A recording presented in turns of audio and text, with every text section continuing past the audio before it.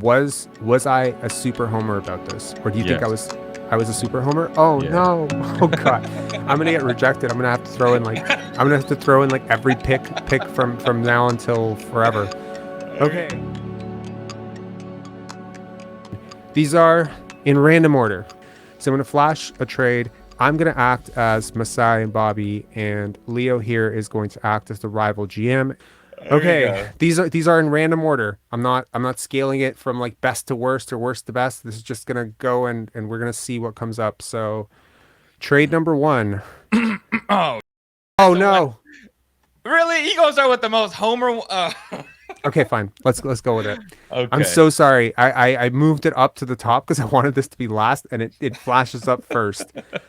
Okay, so you know what? I'm gonna try to talk you through this. Okay. I'm okay. So Convince the me. trade is Kevin Love and Evan Mobley, an expiring contract, and your runner-up for Rookie of the Year for a top 15 player and a very good young prospect that, okay, granted, he's not Evan Mobley, but he does a lot of the same stuff that Evan Mobley does with he's a little bit older and he has a lot less potential. So let me know in the comments if you would make that trade. I do think that I'm adding picks here for Yes. you. Okay, For sure. I'm adding at least 2024 and probably a pick swap in 2026. And so here's my rationale for you. Okay. You have Darius Garland, you have Okay. Donovan Mitchell, you Mm-hmm. have Jared Allen. Mm-hmm.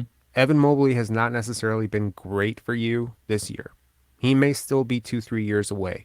And you do not know if Donovan Mitchell is going to stick around because he's had his eye on a big market and Cleveland ain't it. And the last time a superstar signed in Cleveland, it was a guy from Akron named LeBron James, and he left twice. So I'm just saying, if you want to maximize what you have right now, Pascal Siakam is a significant upgrade over Evan Mobley.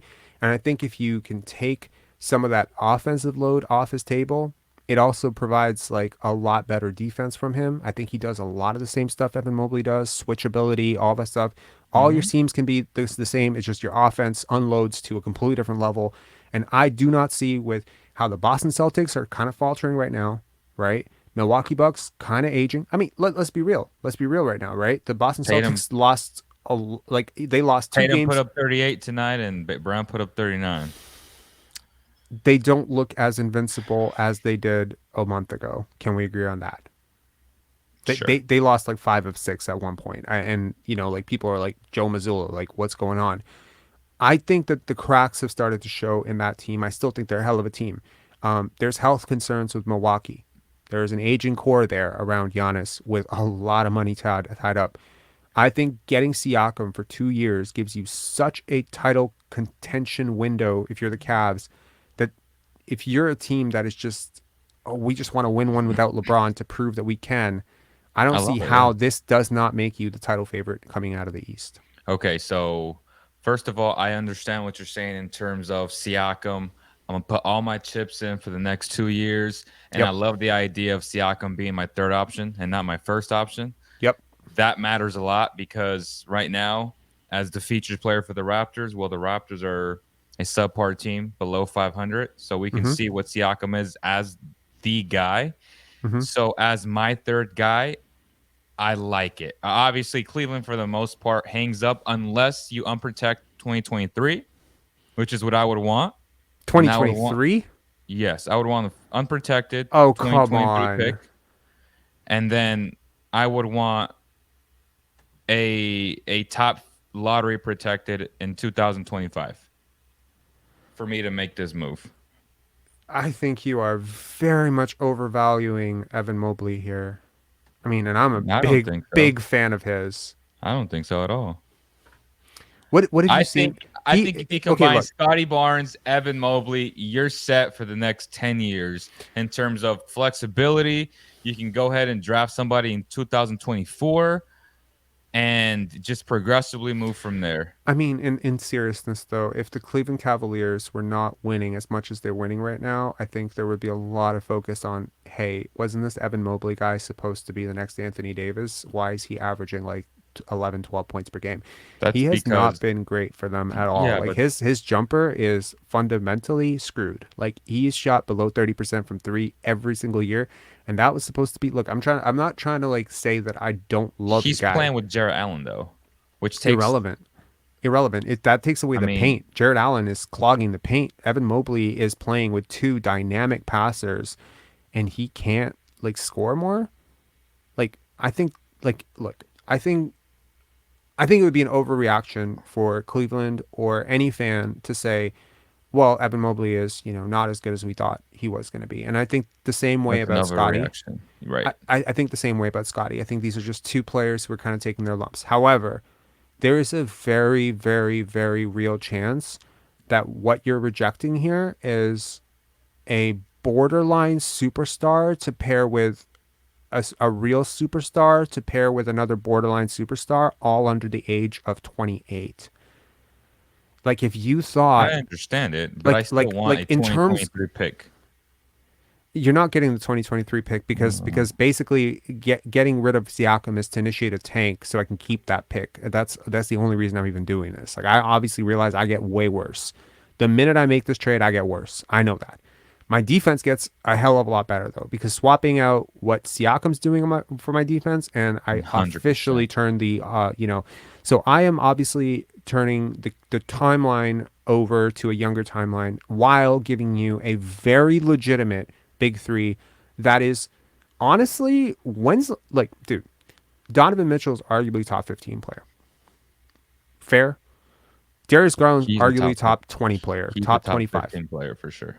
Okay, he's definitely a top 15 player and he's playing like it right now.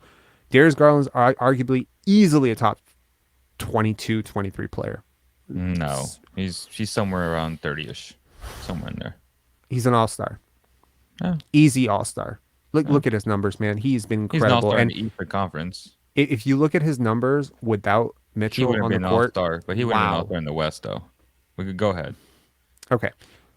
Let's just say I think I watch more Cavs games than most people realize. But yes, he's very good. And his shooting incredible. And Right. and Mitchell and it's just, I Playmaking think solid.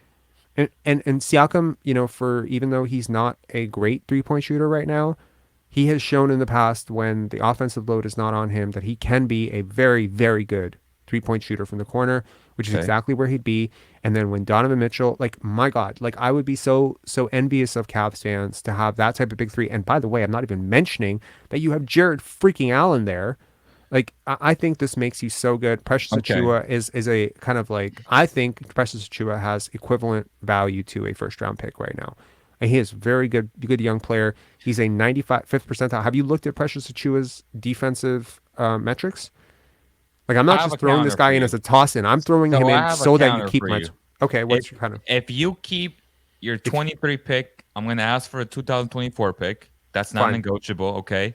But the kicker here is how bad do you want Wemby, okay? And I'm going to preface it saying that I want OG in this move.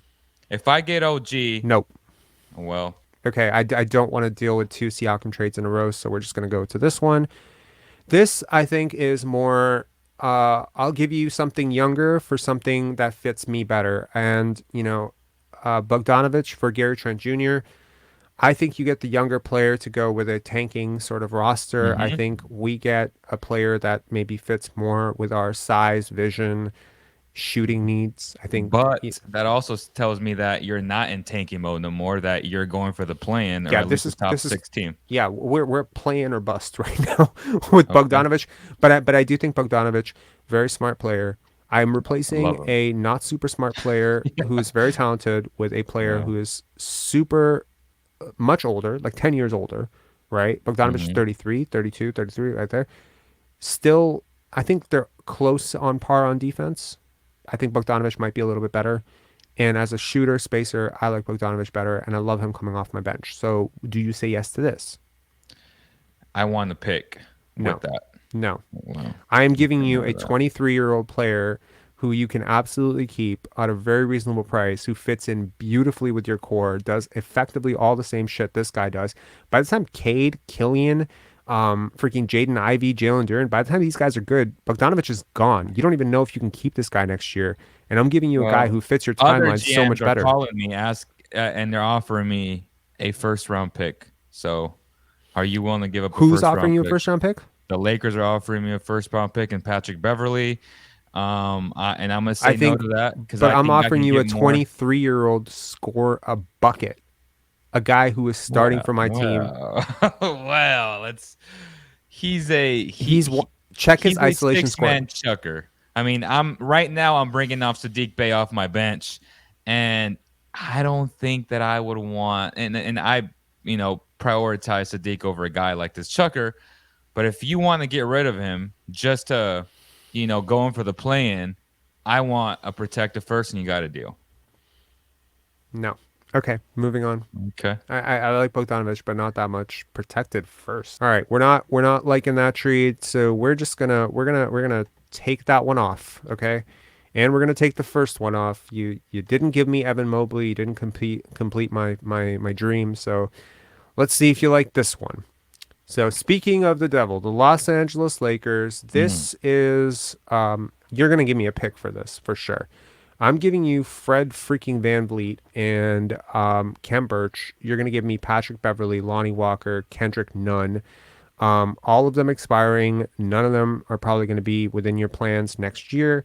And Fred VanVleet probably is going to be, I think, a perfect fit next to LeBron and AD. I think he helps you compete. I think he really shores up your defense, him and AD. What do you say?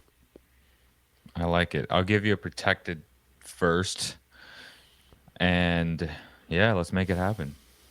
Um, okay, so I want a top 5 protected 2027. No, I'm giving you a top 20 protected pick. Top 20 protected, that will never convey. It depends on what my fellow assistant GM LeBron James has to say about this one. LeBron James, big Fred VanVleet fan. Okay, I've are they both confirmed. clutch? Yep. Well, that Yeah. makes sense Well, then. Fred's not a clutch client yet, but Oh, not yet. he will be soon. He will be soon. When he sees Bet on yourself, baby. when he sees the offers that pile up for him, he'll join clutch real fast. Okay. Lakers only have okay, why do we need any of these? Why do none of these trades look at getting a center? Well, not yet, man. Not yet. It's a no for me, There's but moving borderline. pieces. William Chan says it's a no for me, but borderline. Oh, so it's close for him. Yeah. Raptor players have higher value to league management than American fans. I mean, Leo's not really just a fan. He is, an Yeah. analyst and someone who covers this Yeah. league. But nevertheless, NY4 Raps. When do we start blaming nurse? I Okay, told you guys, don't overvalue your players. Everyone, don't look at Fred VanVleet like the all-star that y'all think he is. He's not an all-star. yeah, he's really not. Like, guys, at this point, like, you really do have to. Especially right now. Gobert got 4 first and Fred VanVleet can't get Okay, so Kim. I'm glad he brought that up because I believe Rob said this last time that I was on about I'm gonna get 4 first for Siakam.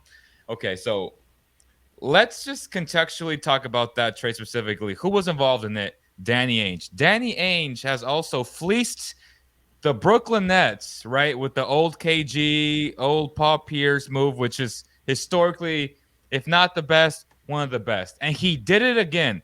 That does not mean that every single GM likes to get fleeced. And just because Gobert commanded for the moment that happened, a lot of people knew that was just, oh my God, Danny did it again. That doesn't mean that you're going to get 4 first for Siakam. That doesn't mean that the next GM is going to get 4 first for X and Y player. It doesn't work like that, bro. Like, we don't see these historical trades every year. Like, oh my God, that guy got fleeced. Well, let me go try and fleece that guy. Like, it doesn't work that way. Yeah, and honestly, I just think that people are undervaluing just how good some of the players in this deal coming back. Like they're seeing names that they probably don't recognize or don't care. They don't care too much about. But I mean, Lonnie Walker I love Lonnie. He's great. Like he's really good so far this year. I think he really fits what the Raptors are trying to do. I think he's a very cheap not Fred VanVleet, Gary Trent Jr. Gary Trent replacement. Jr., who attacks the rim. who attacks the rim relentlessly. Patrick Beverley is exactly the type of culture setter that I want in this locker room. To be honest, say what you want about him. He's tough as nails. He is pesky. He's annoying, and I know Scotty's going to love him. I know OG's going to love him. You love this guy when he's on your team, and he is a great teammate. He is not a ball hog. He's not a chucker. He knows his role, and he just guards hard. And I think, this defense requires a point guard who's active and disruptive, and he is that. Also, a great way to sort of get off of whatever debate you're having internally about Fred VanVleet. Look, at the end of the day, you got to understand this guy wants a max, right? He wants the max dollars. He said it quote after quote after quote to the media that I believe I'll be rewarded for sacrificing for the better of this team, et cetera, et cetera.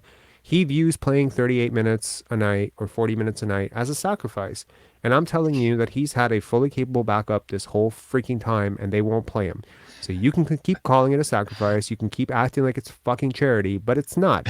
It is an audition to boost numbers, and he knows what his numbers need to look like as a starting point guard demanding a max contract. He knows that very well because his agent probably reminds him every single day. And if you actually talk to players, if you really know players, you'll understand that they have trainers and agents saying, you got to get your scoring average up to 18. You got to get your assists up to 6. This is how they think. Not because that's how they see basketball, but that's because they know that's how GMs are going to be able to justify paying them what they actually want. That's just the reality of the situation. You determine your market value through your stats because the organization will determine selling you as something to, imagine if Lonnie Walker was putting up 23 points per game right now. Just imagine how high his value would be. Now, would he be viewed as that? No, probably not, right? But that would be something very appealing for a fan base to rejoice around until you got him into your own system and realized he wasn't that. Right. So the numbers are important. And I think for Fred VanVleet, undersized point guard, seeking max contract, sees himself as, I think this is one of those things where you just got to realize other teams aren't stupid. All right. Let's real quick. Do we agree to that or no? Yes. Ichaz123 says, imagine if Sack gives up 2 firsts for Fred VanVleet. Sorry, bro. Sack actually has an all-star point guard. Go ahead. That's true. My God. Okay. So that is a successful trade. All right. How do we feel about this one? Now, this one I love for a lot of reasons. For the Raptors. If I'm Phoenix, I'm hanging up ASAP. But, okay. Let's be real. I don't want no They have card. been... Okay. This is where you are going to have to stop being Leo and you're going to have to start being the Phoenix Suns. They have been dangling both of these players in trades for far inferior players to Gary Trent Jr. Now, we can argue Gary Trent Jr. doesn't necessarily fit, but Devin Booker is out for 4 weeks. He has been often injured. I think Gary Trent Jr. plugs in very well. Shamit. They rather have Shamit coming off of double stagger screens, shooting movement shooting better than Gary Trent Jr. I'm sorry to tell you that. Okay, this one we're gonna have to agree to disagree because there's no way in hell I was gonna demand extra compensation for this. You're telling me you're getting better. Like you're getting Jay Crowder, who is they haven't played him all year. Do you understand that? Yeah, but you forget just who he was. Patrick Beverley as a locker room presence guy. That's exactly what you're getting. And Jay Crowder. Yeah, but he's playing. Jay Crowder is on an expiring contract and he has not played. They've been trying to trade him literally for anything. They've been trying to trade him. No, come on. They haven't played him all year so far. We're halfway into the season. They obviously are sour. That's not a bad thing, though. Pardon? That's not a bad thing, though. That is a bad thing. I haven't seen this guy play in 10 months. You know what can happen to a guy playing in 10 months? Though, in terms of a leadership perspective, like that's what Patrick Beverley. I'm watching Patrick Beverley play every night. The guy sucks. But as you said, what he provides is something Bo Cruz else was in that's hustle. invaluable. Bo Cruz was in hustle. I immediately boost your female population at season tickets. But yes, I feel like he would have cared. I feel like Gary Trent Jr. has more value than you give him credit for. I really do. And this is coming from one of his biggest detractors. For a guy that doesn't attack the rim, I can't do it. But he has attacked the rim so much better this year. Check his analytics. While I pull up the next trade, I dare you. Check them. Can okay. Can we check them? Yeah, absolutely. Can you share my screen? Okay, let's. Yeah, let's I can do it. Okay, let's. I want people to realize Gary Trent Jr. is a lot better than he used to be. He's not great, but he is better than he used to be. Okay, 23 years old. His he's a picket pocket transition phenom and an interceptor, a Hmm. one-man wrecking crew pull-up assassin. Okay. Uh, Let me Already see. feeling better about him, right? Already feeling better around it. Playmaking off ball movement, screen rolling. Let me see. His perimeter shooting right now is a C plus. From his pull up is a D plus. His catch and shoot is a B plus. Where is finishing? Here we Also, go. I want to remind you that he is currently playing in one of the worst offensive systems ever, and he's not playing with Chris Paul. Okay? If you put this guy next to Chris Paul, you are going to see a completely different player and probably a resurgent player in a contract year. This guy's going to give you so much more That's value true. That's a than great point. Landry Shamet.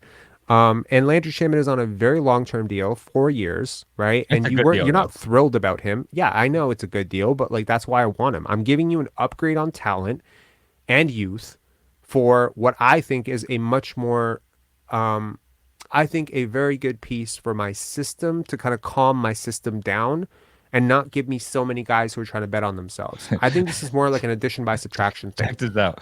Drive pass out rate an F. The guy just doesn't pass the ball.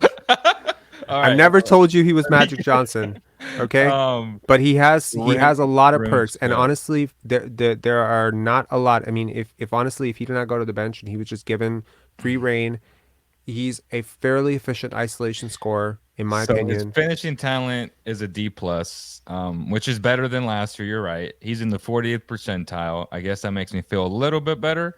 And I guess your point to him making me feel better if Chris Paul is playing with him. Yep. I mean, that does make me feel better. Um, I guess Bo Cruz sells a little bit of more tickets. I'm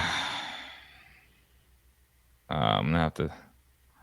I'm gonna have to think about that one. We might have to move on to the next trade, but I'm thinking about it. Okay, cool. So somebody said if you can't get more than Jay Crowder for Gary Trent, you should just quit as a GM.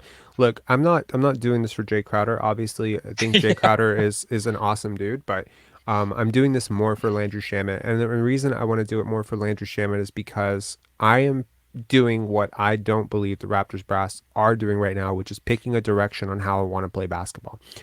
Landry Shamet is a very low usage, extremely high IQ movement shooter. The type of Movement player shooter. who would thrive next to guys that I Scottie actually Barnes. like on this team. And if you're keeping Siakam, this stagnant, load up the weak side, or load up the strong side and just let Siakam kind of hunt, one-on-one stuff. It doesn't work as well if the players don't move and they don't naturally have that mentality to do that. Shaman is just he's constant.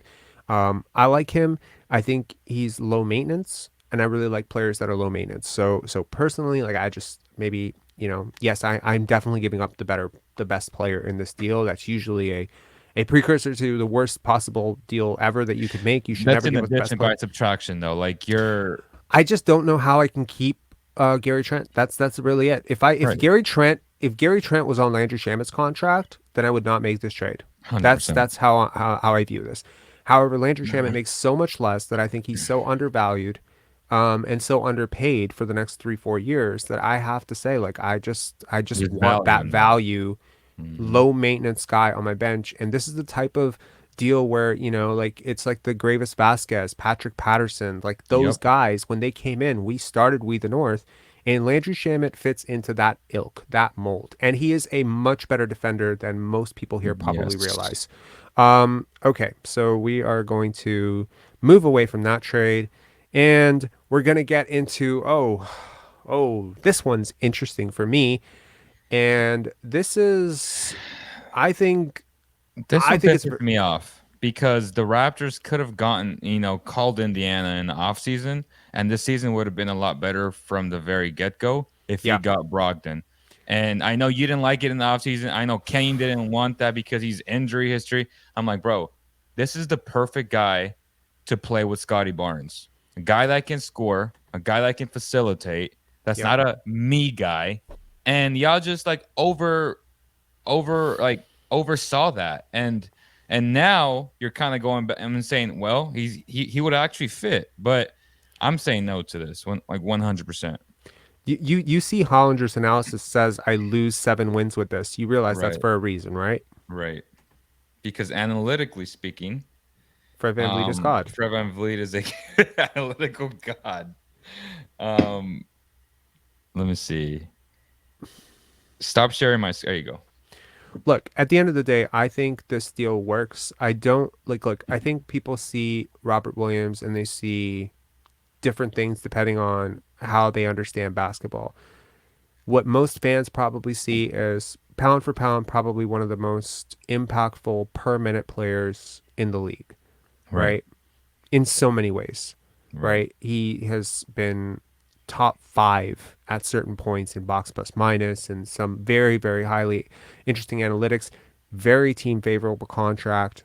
But like a lot of guys in that mold, like Chris Boucher, who often leads the team in PER, win shares, et cetera, there are diminishing returns for every minute you play him over 15 minutes. His injury history is not great. I'm giving you two very good players who can absolutely fit into what you're doing. I think Fred VanVleet is the better point guard between him and Malcolm Brogdon. oh hell no. There's no way. He's not a better point guard. He might be a better player. He's a better player. He's not a better point guard though. He's I also think point younger. guard. He's also younger. And I think he fits what the Celtics are doing better. And as somebody who I watched don't the know. Boston Celtics, hold on. Look, in fairness, Fred VanVleet next to Jason Tatum and Jaylen Brown is a very different proposition than Fred VanVleet next to Pascal Siakam. Okay. I think what this guy can do for Sure. you, if he snaps out of his shooting streak, is become the best sixth man in the NBA. Okay. Behind Marcus Smart, he can come off the bench. He can contribute to winning. He is a way better defender So than why the did the Celtics lose in the finals? Let me ask you that. It wasn't defense. unreliable point guard play. Dude, honestly, Exactly. they had Exactly. nobody who could generate Fred offense VanVleet for does them. not do that for me. Fred VanVleet does that a hell of a lot better than you think. First of all, like He doesn't I do it better than than Brogdon. 100% disagree I with you think there. that they bring a lot of the same stuff, but Fred VanVleet is so much further along than Brogdon as a defender. Brogdon's 6'6". No, he's not. He's not 6'6". I've met him. He's 6'3", max 6'3", 6'4", 6'6". My God, like OG Anunoby is 6'6". 6'7", 6'6". Like there's a difference between guys who say they're 6'6" and guys who are actually 6'6", and he's not 6'6". My point is he's like 6'3", 6'2", 6'2" and a half, 6'3", and he basically is older. And I don't know how much he Sorry, factors he's into 6'5". He for sure is 6'5". Like maybe in 100%. shoes. Anyway, my point. Have you seen him? Like, have you met him? You've met him, right? Yeah, I mean, I've stood next to Does him he look too. 6'5" to you? Yeah, he's a big motherfucker. He's a I big don't. guy. I've seen him standing next to Grant Williams. He didn't seem that big to me. Anyways, so my point is, I think that you get better with this 100%. I You get don't. two players who can play. And by the way, Peyton Pritchard, you're playing some pretty shit guards off the bench. And I think that Gary Trent Jr. gives you a lot of Jaylen Brown injury insurance. I think you get deeper. And if Danilo Gallinari comes back, you have a stretch five that you're probably going to play over Robert Williams in certain situations. I just think this makes you very dangerous. And it shores up your defense and it gives you a very reliable playmaker. Yeah, not a dynamic playmaker, but a guy who takes care of the ball. There is a reason why Fred VanVleet has analytically been one of the top guys in the league for years now in terms of two-way impact, because he takes care of the ball. He has an incredible shot diet. And when those shots are going in, and they will go in Boston, because the threes are going to be clean, wide open, off the bench, beasting against second units. This is the number one way, in my opinion, for guards who are slowly hitting a peak athletically or falling off can elongate their career and prolong their career is by moving to the bench. And he's not starting over Jaylen Brown or Marcus Smart. So I think he becomes Let the me most impactful six man for you. I let think me he read pushes you you into championship. what Brogdon's doing. 94 percentile 3-point percentage. 84 percentile pull up three. Catch and shoot 91st percentile. Mhm. He's been really good for them. Yeah, but he's also I'm not playing in touching the that. best offense in the league, and he's He's not the also only really reason. good when he's healthy. I know, but how often is he healthy? He's over 30, I mean, how often is how often is Fred VanVleet healthy? Fred VanVleet's bill of health over the last 5 years is very much better than Malcolm Brogdon's. I'm positive. Um, that may be, but I feel How like do you know he's going to be available for the playoffs? I'll guarantee you, Fred VanVleet will push through back pain, neck pain, butt pain to play in the playoffs. You know, I'm sure Malcolm would too. I'm just very high on Malcolm. I've been a big fan of okay, his game for a long time. okay, fine. I We're gonna don't, move on. yeah, We're gonna move on. I disagree. I think the Boston Celtics just I'm throwing this up for the record. I think the Boston Celtics say yes. Let's see what some people are saying here. You don't trade. Uh, yeah, that's debatable. Um, let me see. His perimeter defense is a B minus. Let me see what Fred is. Fred. Let me see what Fred is. Rakip Green says it's not all about the stats. I think you guys are focused on the stats. I think we're focused on different stats than you B are plus. because it's very difficult to justify that Fred VanVleet has been better this year than Malcolm Brogdon. What I'm saying is that in a different system with a different role, he could be just as good, if not. Yeah, all of Rob's proposed trades so far sound good, especially tonight. Yes, well, let us hope. Um, let us pray.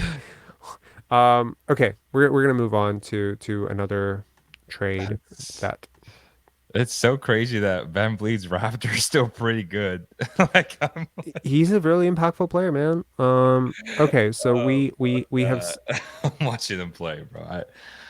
no, I understand, but Mm, okay, so I just like Robert Williams a lot. Time Lord is like one of my favorite players in the league. Just as a vibes guy, I think he would just mesh so well. I think he shores up a lot of what the Raptors need as a paint protector in small doses. I think a lot of what Christian Coloco, they're hoping Christian Coloco can be, is what Robert Williams kind of already is. So it would be a good guy for him to learn from as well. Getting down to our final two trades, we got another Freddie out, and we can't even do this trade anymore because Justin Champagne just got dealt. Unbelievable. So we're just gonna have to take Justin Champagne out, and this one is Daniel Gafford, Danny Avdia, and Will Barton. I can tell, I can already hear Raptor fans hate this one so much because they're like, "Who that's is this crazy. guy?" This makes the Raptors like watchable. Yeah, it really would. I like Danny Avdia Um, a lot. I love Denny. I mean, I've been such a huge fan of Denny since he came out. I've been overhyped on Denny. I feel like in a different. He's the type of guy that gets traded. It gets a different type of system, and he starts. And the offensive game that I saw in the pre-draft process Hmm. starts to actually come to fruition because his defense has been really good. Like if you look at all the analytics, like he's been really solid. 6'9", has the size, has the athleticism, has the speed. His shot hasn't fell in the first 3 years of his career. A lot of Hmm. it too because of injuries. That team has a ton of big wings on that team, and that's the reason why too. And there's been a lot of Russell Westbrook, Bradley Beal, lots of turnover right there as well. But that's a guy that Masai would just love. He is a guy you bet on, and I know Raptor fans may not watch, You know what? I'm but so sick of the word bet. I've been hearing bet on yourself for 5 years. I'm just sick of this word. I don't want to hear it. I'm just not a yeah, fan. Look, I think, I mean, let me know in the comments. What do you think of this trade, Raps fans? Will Barton Daniel Gafford to gives me gives you a scoring punch. I I mean, think Daniel Gafford is like a better version of Chris Boucher in so many ways. I think he's young that's a good too, point. and he's a really good player on a very fair contract. Danny Avdia has a lot of potential to fit into a lot of the 6'9" vision that the Raptors are trying to put Yep. together. He's also a little bit more two way than you would typically assume. I noticed that there's a lot of biases in sports, and one of them is European guy doesn't play defense, and or I mean I guess Denny Avdia is Well, from Israel, right? So he's not yep. technically European, Sure. but nevertheless, Well, foreign let's light show skinned him. guy does not play defense is sort of the notion. But he's a much better defender than people think he is, Yes. Let's pull it up. and yeah, I think the He's Wizards. 21. And if you look at his perimeter defense for the slow white guy, the white European guy, he's a 93rd percentile on ball perimeter defender. Yeah. which is an A. Um, and if you look at his interior, which again, Hmm. 6'9", he's a 91st percentile percentage of rim shots contested, which fits into what the Raptors want to do. Yeah. When Uh, I told my friend to go and look up Danny Diaz analytics, he actually dropped his coffee mug. He could not believe it. He's bro, like, he's I've watched solid. this guy I like watched this twice. guy play. I know, and I'm just like, you have to actually watch him play to understand how good he is. And I'm like, I'm pretty sure the Wizards know how good he is, but Yeah. they're not really treating him like it. So I wonder if he's He's available for the guarding right. shot creators 97% of the time, slashers 79% of the time, secondary ball handlers not that much, 31%, and primary, like he's everything that perceptionally. Oh, he's a slow white. Like no, again pre-draft process. Loved him because of his quickness, his lateral speed. Like I saw all of Intelligence that and and intelligence. intelligence, but Yeah, his shot hasn't fell. So fans diminish his value because everything is what does the ball go in. Like the fan doesn't see the mechanics. the process of playing basketball. They just want to know if he made or missed a shot, Yeah, and he hasn't been good in terms of that. So let's be fair and show his perimeter shooting, which again is what I'm talking about. A D plus, three yeah, point percentage, pull up 62, a lot better. So that tells you that he likes to play fast yeah, and in transition. We got a guy named Scottie Barnes, which will find him if he just runs to the corners. yep. So obviously what's his open rating? His shot distance is a B. So 3-point quality, an overall measure of shot quality combining shot location, openness, and the type is an A. So Hmm. obviously, as I said, in a different system, I feel like he's going to be a guy that will be targeted by a lot of teams because they see what we're seeing, which is upside potential offensively and already a solid defender at this age. One would hope. One would hope Right. they see that, but yeah, like I don't trust the Wizards organization to do the right thing or the logical thing. So Right. we'll see. Okay, and getting to our last trade, and this is the big one, and I have a feeling like I want to almost like replace you to just get like a regular fan to just come in and be like, yeah, that's great, so that I can finally get one of these trades through. But you're never going to say yes to this, and I hope you will, but I know you're not going to. Yeah, But I am man. offering you Pascal Siakam, Gary Trent Jr., Malachi Flynn, and Bo Cruz for all them, ticket sales. And I will give you 2024 plus 2026 swap. I'm giving you the lion's Well, you don't share. get worse though. So I want 2023 for sure. No. Oh, we're already at a disagreement there. Come 'Cause on. I'm giving you the best player in this deal by far. I'm taking a lumbering center away from you who's owed major money for the next 2 years. I am allowing you to I to wouldn't lev- say by far. Like that's disrespectful to Brandon Ingram. When Okay, Brandon Ingram's hang healthy, on, he's a hang better on, scorer, hang on. like Brandon 100% Ingram of the is time. nowhere close to Pascal Siakam right now. Are we I watching said the same? I said when he's healthy, which he hasn't been healthy. Well, I mean, that seems to be the story of Brandon Ingram's life. Okay, Well, in a lot of ways, he has better not been healthy. playmaker. I mean, by far a better playmaker He's than not. than Check it, than, check it, check it. I'm fact than checking you on Pascal this. There's Siakam. no way in hell you think he's a better playmaker. Check the analytics. I dare you. He's This good season or last season? this I season. mean, he hasn't played much. Like I'm that's not sorry. Is fair. injury impacting playmaking that drastically that you're not willing to check if he's so much better? I'm Check. telling you, Siakam Check. is better than you're giving him credit for, and I am allowing you to pair a top 10 player in Zion with a top 15 player in Pascal while keeping CJ, while keeping Herb Jones, while keeping Jose Alvarado, while keeping a lot of what makes your team really good. And it's not like you're not getting it. Playmaking. Brandon Ingram, 8 minus, 84 percentile. Siakam Uh, is in 90 plus percentile. okay. Playmaking talent, 86 percentile, and his box creation, A plus, which let's give people some context. It is an estimate of open shots carved out for teammates by drawing defensive attention. Obviously created by Ben Check Taylor. Siakam's. It's gonna be like an A plus. Okay, so overall we got an A minus. Let's look at Siakam. Yeah, you're gonna be shocked. I've looked at Siakam's 100 times. Let's see. He is an A plus. Kenneth Lau says, I would say no from the Raptors side. Look, Kenneth, this is not Jesus. about swapping. This is this is a steal and a half if there ever was one for the Yeah. Raptors. You're cashing out on an asset like Siakam, who is super playing to the And heights he's right now. older, right? Like how much older is he? 3 years. I Okay, think so Ingram is 25. yeah, he Um, is. So that's a little bit of a difference there. I mean, it is a Um, bit of difference, and I think not Ingram. much, not much, but like it's a little bit of a difference. Like I think Ingram is just a more. I think he fits more with your timeline. I think he totally fits the 6'9". And by the way, guys, I mean, if you look at this trade, who are you getting? You're getting 4 guys, well, 3 guys who all fit in with your 6'9" vision, and you're trading yeah, one guy who fits in their 6'9" vision. If you want vision 6'9", Brandon Ingram is a in spurts point guard. He can play point, and he's been very effective at it. Dyson Daniels is a right. 6'6" point guard who's on his rookie contract. You have team control for 4 years. Trey Murphy III is a lights out shooter. I honestly would consider even adding a couple of second round picks and maybe even No. taking protections off of 2024. Okay, So fine. I'll swap 2024 for 2023 pick.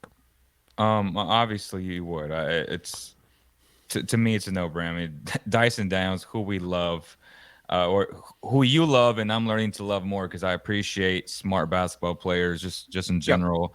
But you got to Murphy, maximize. You got to Murphy, maximize. I love Murphy. I mean, Right. coming out of Virginia, I mean, I had pretty high on my big board. I think I had him 16th, if I'm not mistaken. So Hmm. I know a lot about him.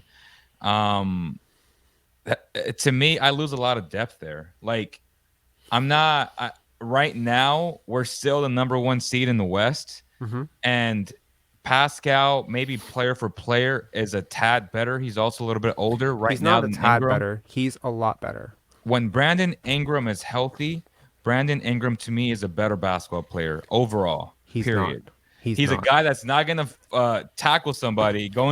He's gonna get into his moves. He's gonna pull up in the mid. He's smooth as hell. Like he's just a smoother player. Do you realize that Pascal Siakam goes up against double teams almost every single night, and he's still putting up these types of He's numbers? Like also the you featured player put though. him. Hmm?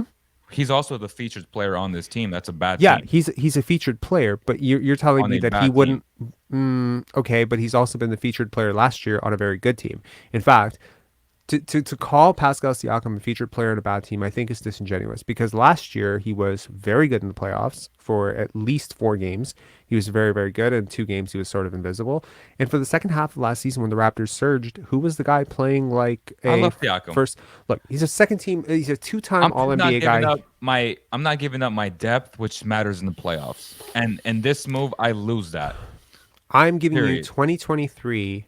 I don't need that. Like I have all the You Lakers could you could you picks. could you are Like I have a clearly ton of picks. Like this okay. doesn't move the needle for me.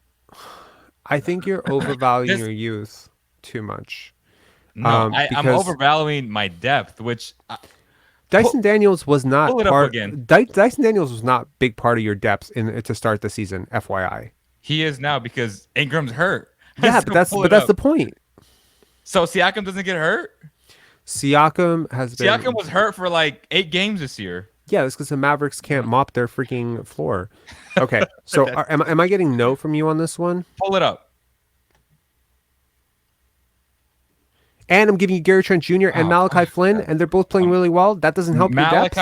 Malachi don't count. How does he not count? How does he not count? And Trey Murphy the third counts. He's barely playing for the first time, and he's been in the league for how long? And Nick Nurse 3 years. is forcefully playing him, by the way, because he Okay. don't want to play him. He doesn't count for me. Like he has no value. Bo Cruz, realistically speaking, I like his movie value. He has no player value for me, especially because y'all signed him like on the last day of the season, or the last day of the pre or before the preseason started. Like no thanks. Like if I wanted him, which I don't, we have his brother on the team. Yes, you do. No thanks. And wait. That's a huge thing. You get two Oh guys my who play together who already have synergy. we have his You're brother. replacing Trey This is Murphy the fun. third This with is funner than Juancho. watching the Raptors play, by the Dude, way. you are replacing Trey Murphy the third with Juancho. and you got his brother already. You're replacing Gary Trent Jr. in a lot of ways with you're replacing Dyson Daniels with Gary Trent Jr. in a lot of ways, and you're replacing Brandon Ingram with a guy who is so much more ready to help Zion compete right now in Pascal Siakam. I don't see how you don't do this trade. I don't see how the Pelicans wouldn't do this trade. And if they go on a losing skid or whatever, granted they're probably not going to, and teams are usually apprehensive about shaking things up when they're winning. But I think if you could add a serious dose in the arm like Pascal Siakam to pair with Zion, my God, like you have the best 1-2 punch in the NBA with that twosome. It's hard to argue for me that Jason Tatum and Jaylen Brown can compete with that, or Kyrie and Kevin Durant. Jason It's Tatum up for there. sure is no, like It's up that's a there. that's a better duo. Zion, bro, are we watching the same Zion? Like I think Zion I plays football every night. Like D'Lo yeah, just talked about this last night. they We both play can't touch football. him. Yeah, Like Zion and Pascal both I play know they football. both love football, so they might be a match made in heaven. I just Um, I just think like I don't know a single team like Zion is such a good passer and Siakam is such a good passer, and you just spacing all these shooters around them like C.J. McCollum, Gary Trent Jr., uh, Hernan Gomez brothers. Like you just got shooters galore, and now you got these sure. picks.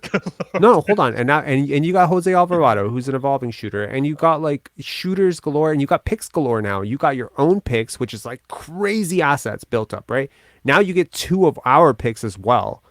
I'm thinking like you could literally go out and you could replace depth anyway. You're not getting there is no player on the market that is giving you anything close to Siakam. Siakam is a Cameroonian tornado, bro, and he had spicy Pete. I love that comment. He is a tornado sometimes, but sometimes he's just a damn tsunami that just wants to take the whole team down by himself. Um, Yes, okay. no, Jamie's a good point. Also bringing some championship experience. that's actually a Siakam, fair hold point. on. Siakam, well, that is a very good point. Siakam Yeah, has been fair number point. two to a guy who is kind of on par with Kawhi in Zion, right? Like the Zion No, Kawhi. but I get the point of Siakam's playoff Zion's also like experience. 22, okay? Like in fairness. So you're going to grow these guys together for the next 2-3 years, right? Like Zion is Siakam, also a guy that I can't trust to not eat everything and not actually play at his actual weight that can get hurt any game. He's just like AD. So no, I don't know how much I trust Zion Williamson. Period. That which is why we put a clause in this contract. I don't know if you read that if he doesn't meet certain standards at his weight, he well, ain't getting that money. here's the thing. Pascal Siakam, hardest worker in the world. So Okay, well, you're gonna put him in the gym, who said that Mister. though? He said that, or did Rico Hines say that? Um, his agent said Just that. said that. Okay, Um, they just said no, that. but in all honesty, like I think people who've been around Siakam would tell you like his Okay. workman like approach, and there's no way that you go from where he was to where he is now without killing it on the work ethic. And I think his growth, like consider this. Okay. Siakam was a 27th overall pick in the 2016 draft. Ingram was the second overall pick Mm-hmm. in what, 2018? 2016. 2016. Same draft. Mm-hmm. Holy shit. Okay, so same draft. Which of these two players has come farther or much further over that period of time? In Sure. reality, Sure. Yeah. right? Like where Ingram started and where Because he's of his ended. expectations, right? Like he It's was it's supposed to not be even just Kevin Durant. expectations. He was supposed to be like this next insane player, which Sure, I think injuries have held him back a lot. absolutely, but I also think, I mean, Playing for the Lakers, like I'm during not, that tenure, was just awful for his career. but that was 2 years. In fairness, Two right? years too, 2 years too many. I think he played for them for 2 years, if I'm not mistaken. It might be 3 years. So Might be I'm three just years. saying, Yeah. like if you look up his stats, I don't think that you have any reason to believe that this is a guy who is on the verge of ever touching Siakam's peak, right? And Siakam's at his peak right now, and he will probably extend it by because he's looking for the next contract. So he's going to be this good for at least 2 years. And for those 2 years, you'll have Zion, Siakam, CJ. Hold on. What? No, the Comments? comment. Size of fat like such sister, and she's size of a Buick. Oh my god. Yo, where are these fucking spammers coming from? Um, Ben says that much weight can't be jumping and landing that hard. You have to have a small sense of uncertainty. That's what I'm saying. Like, we can't call him Kawhi. I mean, Kawhi Leonard's also, injured all the time. But no, and look, from the Raptor perspective, I would love I would love Murphy. I would love Dyson. Like, that would be amazing. I think it just resets. And honestly, I don't ever expect Brandon Ingram to be better than Siakam. I don't expect him to ascend to that. I just think that he fits in better on my timeline with OG and Scottie.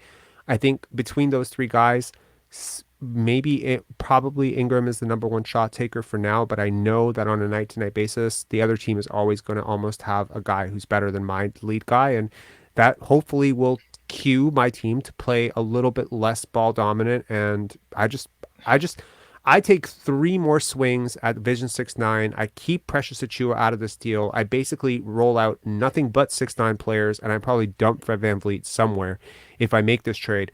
And I'm just like, look, I think there's been a lot of talk recently in Raptors, among the Raptor fan base of, oh, we need to quit this Vision 6'9" thing. We need to quit Vision 6'9". First of all, you're not playing Vision 6'9". That's the problem. You're not even playing it. You're not even trying it. Get a guy like Trey Murphy the third. Honestly, lights out shooter. You need that. Your shooters aren't making shots. You're not playing Vision 6'9" when you're playing Fred VanVleet, Malachi Flynn, and Gary Trent Jr. You're just not doing it. And so much of how that's supposed to work is clogging up those passing lanes, deflecting at the rim, making everybody switchable. Well, you can't do that with Fred VanVleet on the court. You just can't. You can't do that with the guys that you're playing right now. So you don't have the personnel to play this way. And I look at all the players who do fit that mold. Robert is trading for lesser defenders. Dude, I will tell you right now, Robert is balancing. Robert his is roster. not trading for lesser defenders. Dyson Daniels coming back is the best defender in that trade. And I will put money on it. Dyson Daniels is a better defender today. Trey Murphy is a solid defender as well. He's really good. I think Dyson Daniels projects as the best defender by far in this. And sure. Siakam right now, really, it's like a catch-22 because I know he can be much better on defense. I know he has all the capability, but the load that he's carrying on offense and he's going to continue carrying on offense is not allowing him to be a great defender for you right now. So I think like he's hurting you a lot on defense, a lot more than maybe the numbers show. But when you go and break down the film, how often this guy gets lost on a screen or is late to rotate, and I get it. He's resting on defense. He's playing rover. There's all these schemes that are meant to hide him and trigger him as a help defender in so many actions. But man, I'm telling you, like the blow by stuff, like everyone being super critical of Fred and Scottie for blow bys. Watch Siakam. Yeah, okay. And I mean, in terms of trades, that's all I had for you guys. Those were the trades. Unfortunately, I don't think Leo agreed to any one of them. No, I agreed to the Laker one for sure. Okay. Yeah. This one's interesting, but if I'm again like I value my depth, especially in an open Western Conference. You got picks, man. You got picks. You got Jackson Hayes. Jackson Hayes makes $10 million. Package Jackson Hayes and a couple of picks and get all the depth in the world. If you want this move, I want OG in this. No, this stop asking for OG. I want OG in this trade. No, there's no way. I'm not giving up OG for shit because honestly, like I think OG fetches me your entire young core right now. I think OG would fetch me Trey plus Dyson. Easily. I mean, look, you hold on. You and I are high on Dyson. You're getting my young core. First of all, OG for Dyson was actually on the table at the beginning of this season or like around the draft. Plus, you guys were going to throw in assets. So let's be real here. That's the deal we were looking at with Portland. Granted, like I can probably argue that. Look, I just think Herb Jones is still a part of your team. Going forward, he's a huge part of what you're doing. CJ McCollum still serviceable, granted having the shooting season from hell, but overall everything else still checks out for him. I think you just have a real chance at maximizing windows. I think front offices think in terms of maximizing windows. I really do. There's a reason. Look, let's be real. If you and I had this exact show in 2018 and I proposed Marc Gasol for Jonas Valanciunas and we looked at the stats and I told you I'm going to add a first round pick and I'm going to add DeLon Wright, most people would probably say I was freaking out of my mind. Right. But why do I do that? Why do I give 3 young assets for 1 aging asset that I probably can't keep, that's overpaid to hell, that's declining off a cliff? You had a Because I'm window. maximizing an asset. I'm maximizing Kawhi. And in terms of team building, you have to think that way. Right now, you don't know what Zion is going to be. But what I know right now is that New Orleans Pelicans have a top 15 player in the league for the first time. And what I know is the Cleveland Cavaliers have a top 15 player in the league for the first time in a long time. And I see both of these teams ascending to the top. And I see Pascal Siakam as their official Rasheed Wallace move, but way better. Like a guy who levels them up beyond. And OG could do that too. I just don't want to get rid of OG. And Fred could do that too for a lot of teams. I don't want to get rid of him. But the Raptors, if they are sellers, and in a lot of these trades they are sellers, I think they need to leverage another team's desperation for their own patience, because you're not going anywhere unless Scottie Barnes can become a reliable shooter, until OG and Anunoby can become a more fluid ball handler, until you address your center issue, until Fred VanVleet gets healthy. There's so many things that are wrong with this team right now that I feel like you're wasting a very good year from Siakam on a team that has no shot, right? And why not let him take a more natural fit for himself next to an actual superstar, or at least co-superstar a team with Zion? I mean, I don't think it's debatable between the two who's better, but some people could have that debate. I don't give a shit. I think Siakam What also, debate? whether Siakam or Zion is a better player. Oh my God, who's having that debate? I don't know. I'm sure there are some Raptor fans out there who probably think Siakam is a better player. And you know what? To them, I would say, hey, you are worried about Zion. Let me give you Zion insurance as well in this trade. I am also giving you a player who effectively does all the same shit that Zion does, just like differently. Rolling into the paint, scoring in the paint, passing, shooting, scoring, rebounding. It's being that sort of like ball dominant guy who can also like play make for others, dominant in the paint, so shooter. There's a lot of overlapping between those two as well, in my opinion. So I think you get injury insurance for Zion, you retain your depth, you get extra picks, and yeah, you're giving up 2 players that are probably going to be really good later. But you don't know if later means you don't have Zion anymore because he left or he's injured for 2 straight years. You don't know. Like with players of his body type, you might only have a 2-year window with this guy. Right. So that's, and you're so close right now. Like I would let you keep Jonas Valanciunas if you gave me Jackson Hayes and we removed a pick or something. And you could keep Jonas as well. I think you probably get better that way too. Jonas. No, that's I don't exactly want it. Yeah. And for us, we just get a great guy, a great guy back who loved being here, and maybe doesn't fit our vision or your vision for how basketball should be played. But anyway, let's take a couple of calls, and then we're gonna go into the film session. Then we're gonna call it a night. I told you this video was not gonna go super long, but we're into hour 2 now. We're going into hour 3. So, let me know in the comments, would you guys appreciate a 2-minute break if we took one? Just so Leo and I can... Do you need a break? You need like water or something? Would you appreciate that? Yeah. Yeah? Okay. So we're going to take a 2-minute break. We've never done one of these before. I don't know how this is going to go. We're going to take a 2-minute break, and we're going to see you guys right back.